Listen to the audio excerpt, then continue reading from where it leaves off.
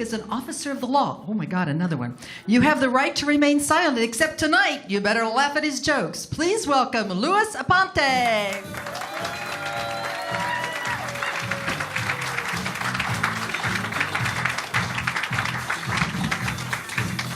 Oh, thank you, thank you. I appreciate everyone coming out tonight. Let's hear it for all the comics that have been back through here. It's not easy doing this, I can tell you that. How about the couples in the house? Any couples in the house here tonight? All right. All right. How about plus ones? We got plus ones? You know, I don't know about this relationship stuff, you know. Yeah, tell me about it.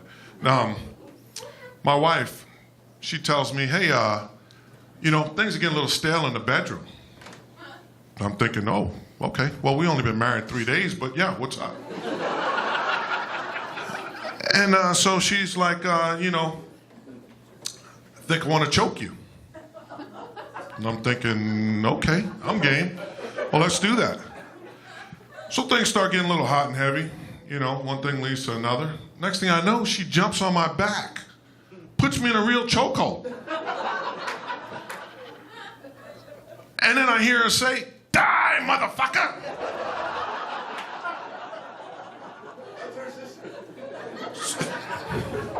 Well, I wake up about an hour later. I'm a little embarrassed because I peed myself. And so I look for her and I find her out in the backyard and she's sunbathing. And I go up to her and I go, honey, what happened? And she looks at me startled and goes, shit! I thought I held on tighter.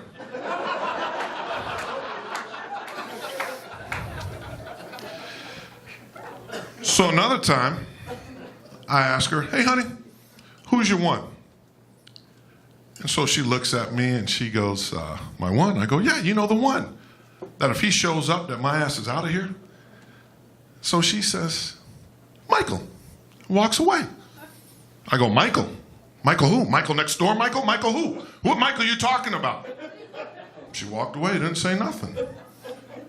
For a week, I see my neighbor outside, and I go outside like a silverback gorilla. Boom, boom. I'm throwing shit at him and everything else like that. I don't care. So he comes over to me and he goes, hey buddy, everything okay? I go, hey, yeah, Michael, you know, she's my woman and you can't have her. He goes, dude, my name's Steve. Every day when you leave for work, the pool guy comes by your house and he's there all day. His name's Michael.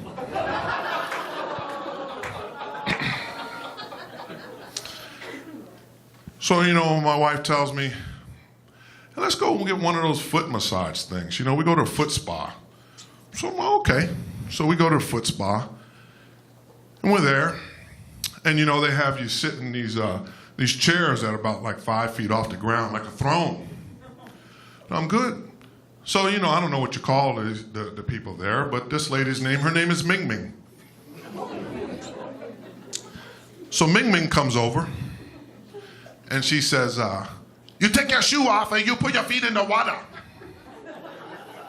Okay, no problem. I take my shoes off and everything, and I go put my feet in the water, but the problem is, I wear size 15. My feet don't fit in these little mixing bowls. We're not making a cake here. So Ming Ming looks at my feet, takes off running. And I see her just in sheer terror, and she's talking to this little guy. He's probably about this high. And they keep looking over at me and looking over. This guy comes walking back over. Excuse me, sir. Your feet too big. It's like Godzilla. We got to charge you $25 extra. So I don't know what to do. I don't want to cause a scene. So I'm like, okay, sure, no problem. Well, then Ming Ming comes out here with 2 baby bathtubs for me to put my feet in. So Ming Ming made me feel like a ding-ding. So, you know, like they said in the intro, I'm in law enforcement, but I'm currently on suspension. And you too, huh? But, you know, I think I was set up. I don't think it's because I failed that second drug test for the 4th time. No, I was set up. People on the department, they like to play practical jokes on you. And I take allergy medicine every day. Well, on this day, someone decided to take my allergy medicine and put Viagra in it. Then they take my vest, you know, my bulletproof vest, and they throw icy hot on the inside of the back of it. Only I don't know any of this until I go to a 3-car accident. And when I pull up, now that sweat and icy hot is mixed together and it's starting to run down my back. And you ever get that feeling and you try to stop it? You clench your butt cheeks and you're just like, please don't go any further. Too late. It gets there. You can't stop it. As I go get out the car, that 2-tablet Viagra kicked in. So now I'm trying to clench my cheeks, but also keep this piece of wood down. And that's all I'm doing is walking around and I'm just getting this movement going. I go up to this lady and I say, "Excuse me, ma'am. What happened here? Did you pump that car? I mean, did you hit that car in the front of you and that caused a gangbang? I mean, caused this pileup?" Chief wasn't too happy with those cell phone videos. But hey, I got 1 million hits on YouTube, so it worked out.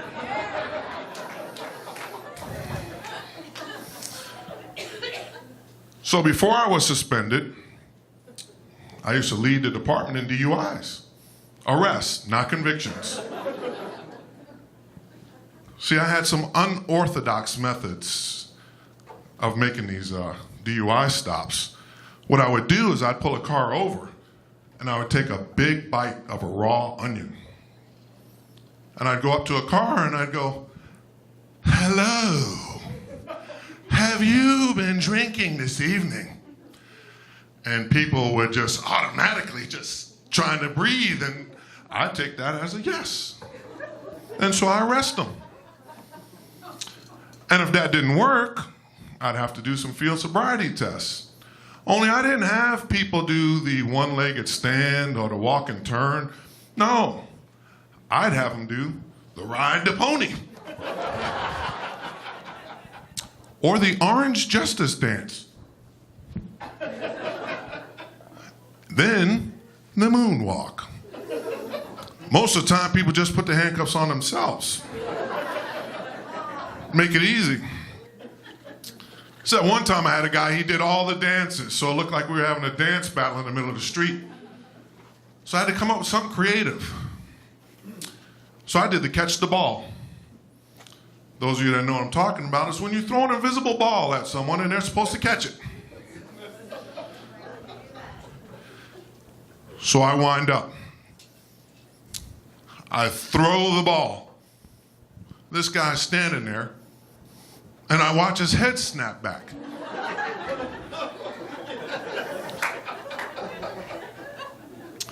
And he goes, "Dude, did you just throw a nut sweat ball at me, man?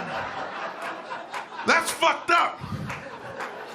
That shit got all in my mouth and my eyes." I go, "I'm sorry. I didn't know you were going to catch it with your face.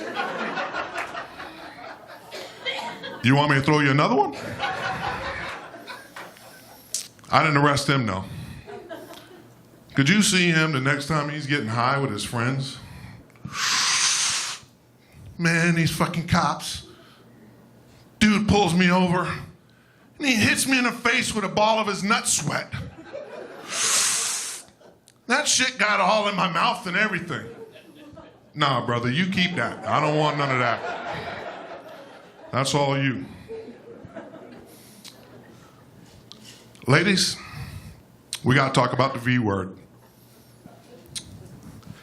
Yes, I mean vasectomies.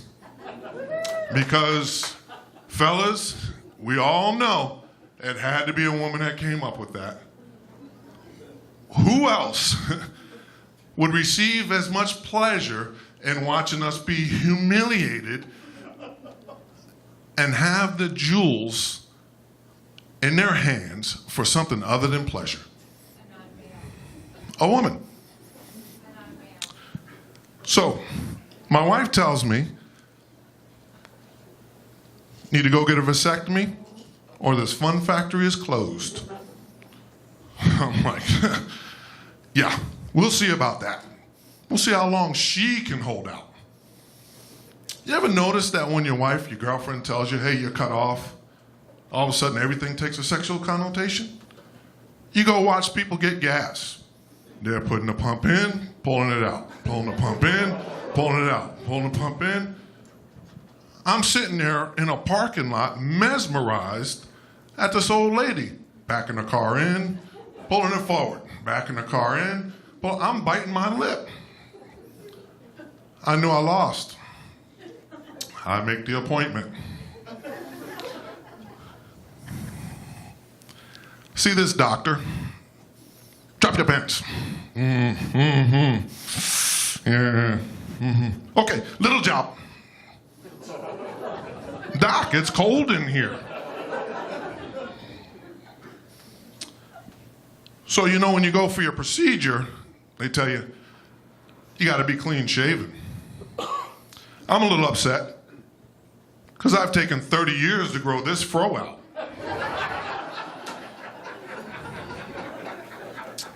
And so I get there, clean shaven. The doctor comes in. He's got that little one-eyed magnifying glass and a flashlight on his head, looking like Mike Wazowski from, Monsters, Inc. Comes in, nurse comes in, they have you sit down in this thing. They get you all ready. The nurse takes the smallest piece of tape to tape my junk to my leg. Talk about embarrassing. You couldn't even close an envelope with this piece of tape she used. Beyond humiliated. Well, then you know how you make that little awkward eye contact? And I realize she goes to my gym. So I tried to play it cool, but then I saw the needle that the doctor was about to give me in my sack, so I threw up. So that didn't work. So he makes his incision, and I would have swore he was trying to put his hand through that thing. I'm there. Next thing I see is smoke. I'm like, what the hell?